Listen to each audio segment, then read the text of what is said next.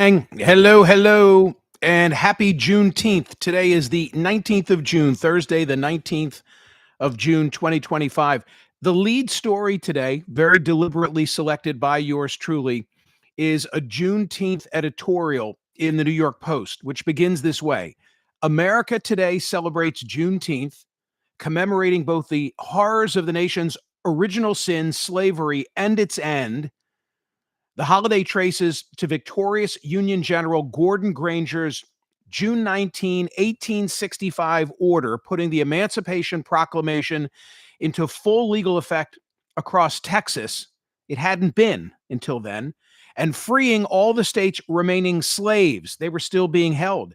It has since spread, culminating in federal recognition in 2021. But what, as a holiday for all Americans, should we make of it? And the Post goes on to say we need to embrace it as a part of our history, the legacy of all, not just those who are African American. Quote, let us not treat Black history and Black life as somehow unapproachably apart from the larger history and life of this country. There's more to it, but read it. I put it in pole position despite there being a heck of a lot of news all around us. Today's a holiday at Sirius XM. The program will not be live today, but carefully curated selections that I think are appropriate for the day. Poll question today on this Thursday: should states be able to ban puberty blockers and hormone therapy for minors seeking to transition to match their gender identity? Wow, that's a lot, Michael. What's that all about? I'll tell you in a minute. Greetings to everybody who's watching on YouTube. And for those who listen to the podcast but don't watch, we cordially invite you to become a part of our YouTube community. And thank you as well to Parks Casino. I'm a music guy. I love seeing shows. I love listening to music. I love listening to, it's funny what oldies now is. When I was growing up, oldies were like 50s music. All of a sudden, oldies are my stuff, 70s, 80s.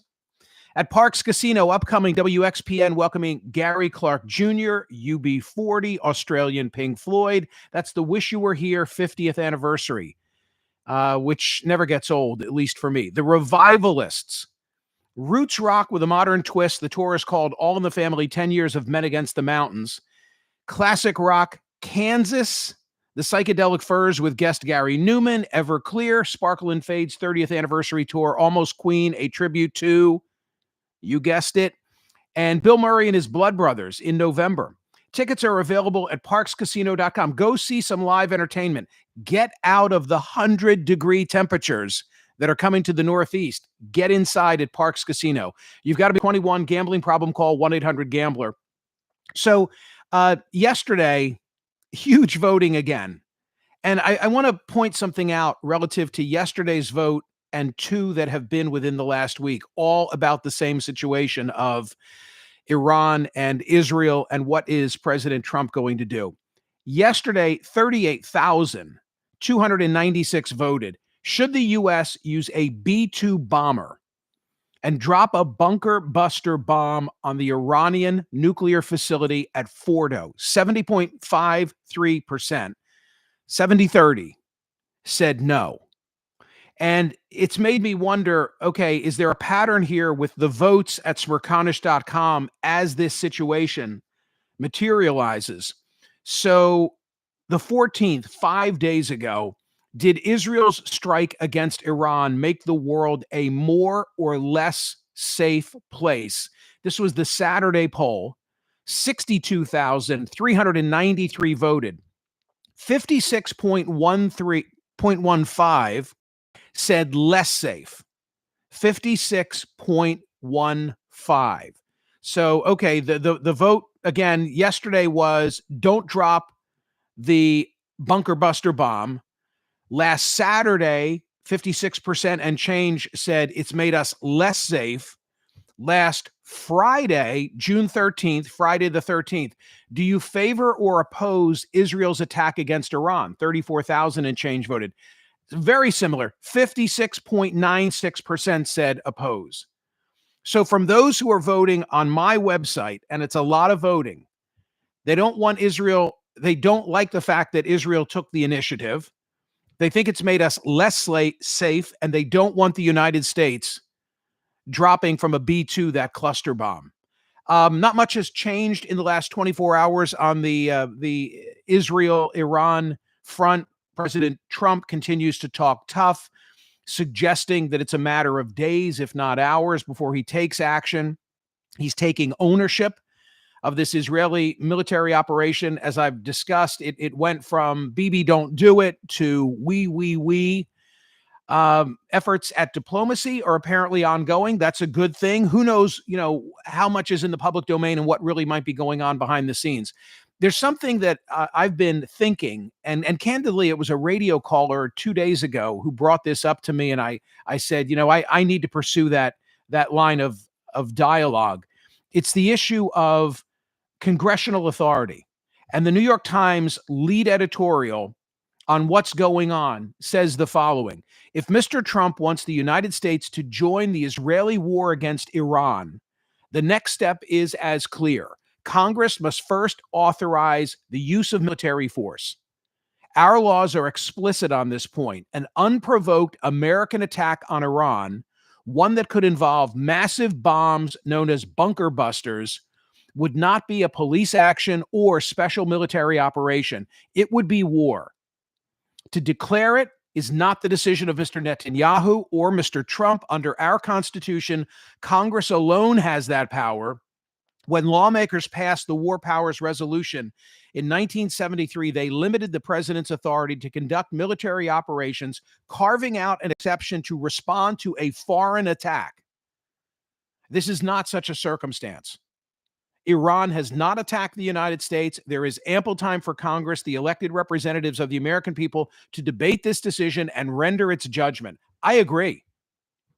I agree with that logic. And I agree with it not only on its merits and on its face, but also because I'd like the accountability. Wouldn't you like to know, shouldn't we all understand how our members of Congress and U.S. senators feel on this and voted on this? Make them weigh in. That's what I say. That could be the Friday poll question. But I'm taking a break from the prospect of further war, and I'm asking this today. Should states be able to ban puberty blockers and hormone therapy for minors seeking to transition to match their gender identity? You know why I'm asking this, because yesterday there was a 6-3 decision which upheld Tennessee's ban on medical treatments for trans minors. I'm asking whether states ought to be able to ban those treatments for minors. And yesterday, in a party line vote, if you will, 6-3 decision, the conservatives going one way, including Amy Coney Barrett. Maybe I'll say more on her in a moment. And the progressive members going in a different direction. The court found, SCOTUS found, that the law did not amount to sex discrimination. If it had been sex discrimination, it would have been banned, barred by the 14th Amendment's Equal Protection Clause.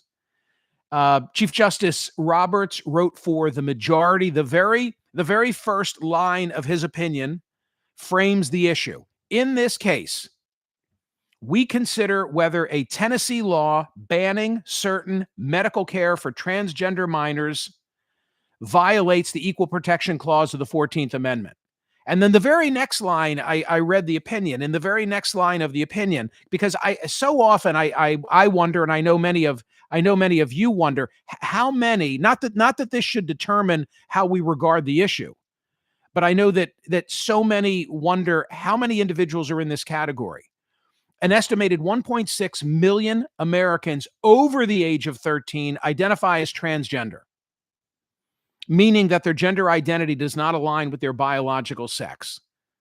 Okay, how many are in this category, meaning 13 to 17? 300,000.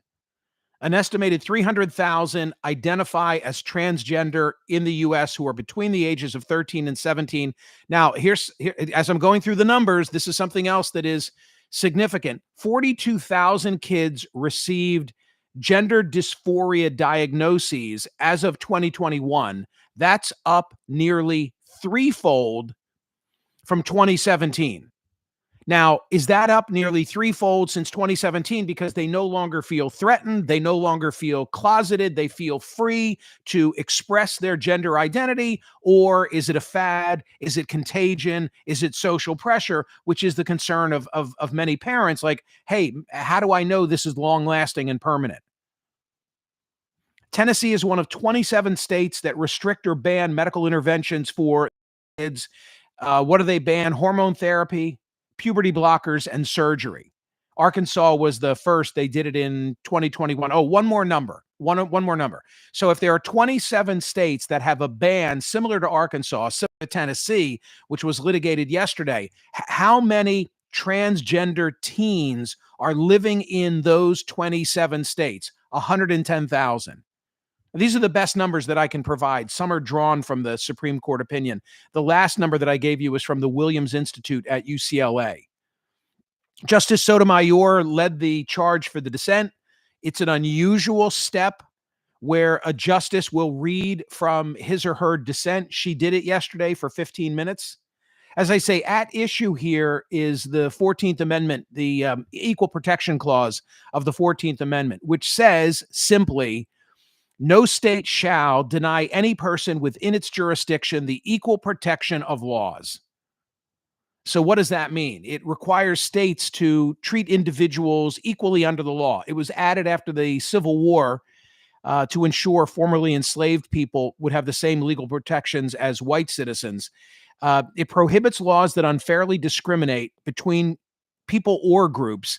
And I have to say, even though that very simplistic language, no state shall deny any person within its jurisdiction the equal protection of the laws. It has been a huge part of our jurisprudence to the Supreme Court and civil rights in particular. Brown versus the Board of Education, which racial segregation in public schools was determined unconstitutional based on the Equal Protection Clause. Loving versus Virginia, that was the ban on interracial marriages, which was struck down. Bush v. Gore, like you wouldn't put it in that category, but in that case, they said there were inconsistent recount standards. The Obergefell case, which legalized same-sex marriage, all of these cases have been predicated on the Equal Protection Clause of the civil rights of the 14th Amendment.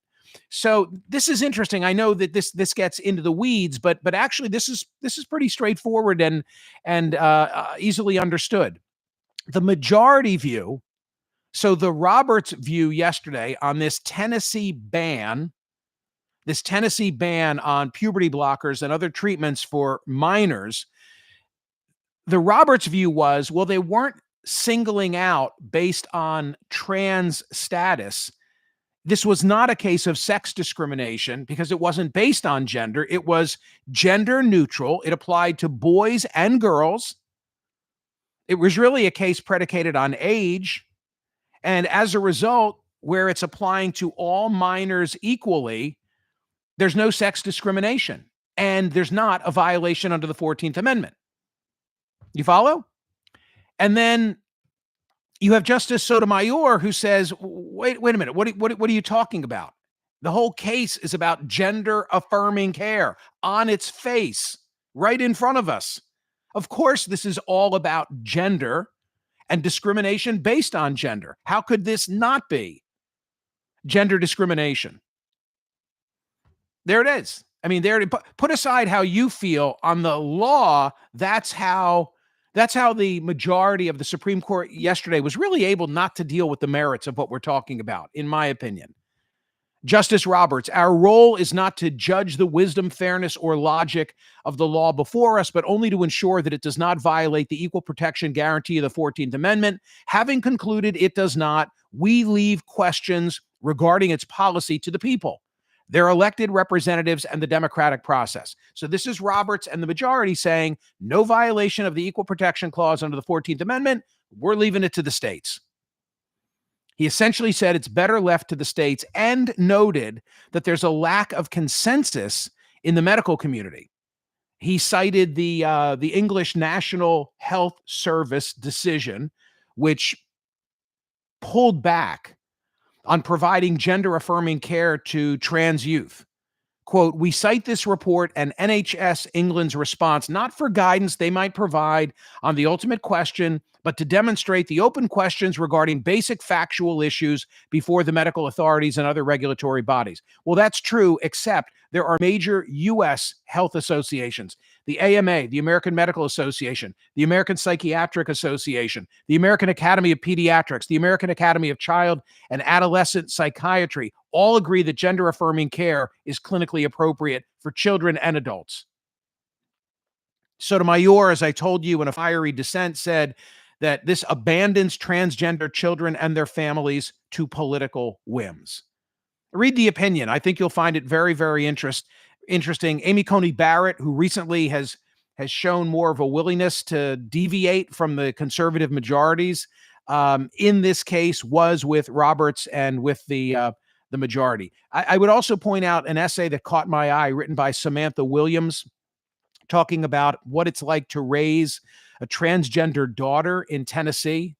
And she gives this very passionate and personal account. Listen to this. After Tennessee passed its ban, we traveled to another provider in a different state. After that state passed, and we moved on to another one. We are now on our fourth state. The 5-hour drive away, taking time off from school and work is hard. Thankfully, we found a clinic and a pharmacy that take our insurance. From a non-legal standpoint, because I've given you the legal analysis, which is, does the 14th Amendment apply? And is there a rational basis or a strict standard test that has to apply? I'm not going to get into all that. But I've shared with you already how the majority was able, frankly, to easily dispense of this. The non-legal analysis, and tell me if you agree with this, the non-legal analysis from my perspective is, putting aside the law, are the risks of needing to detransition later. What if a minor made a mistake, an unwitting mistake, and later in life realizes this is not the path on which I wish I were traveling? Do the risks of needing to then detransition, are they outweighed by protecting and treating and serving trans youth with medical oversight right now? And I think that they are. I think that they are. But that's how I see it. Yeah, there's a risk. There's a risk that this minor might get it wrong. But the data is so clear, to me at least, as to the vulnerability faced by those who are exhibiting, experiencing, a better word, gender dysphoria. And I worry about their mental health. I worry about them committing suicide. I worry about keeping them safe. And the extent to which some among us have shunned is too soft of a word, have targeted this community, I just think is terrible. It's terrible. Want to be welcoming, want to be supportive, don't want kids to make a mistake, obviously. But we want to do all that we can do to nurture and support them, in my opinion. So, rather long-winded, apologies, not really, but that is today's poll question at Smerconish.com, okay? So go and vote on what SCOTUS did yesterday on the website. And you know what I'm going to say. Like and subscribe. If you're watching on YouTube, I thank you for that. And if you're not watching and you're just listening, please watch as well. And set yourself up for notifications, always. I'll see you back here tomorrow and live on radio tomorrow as well. Celebrate Juneteenth, and thank you. See ya.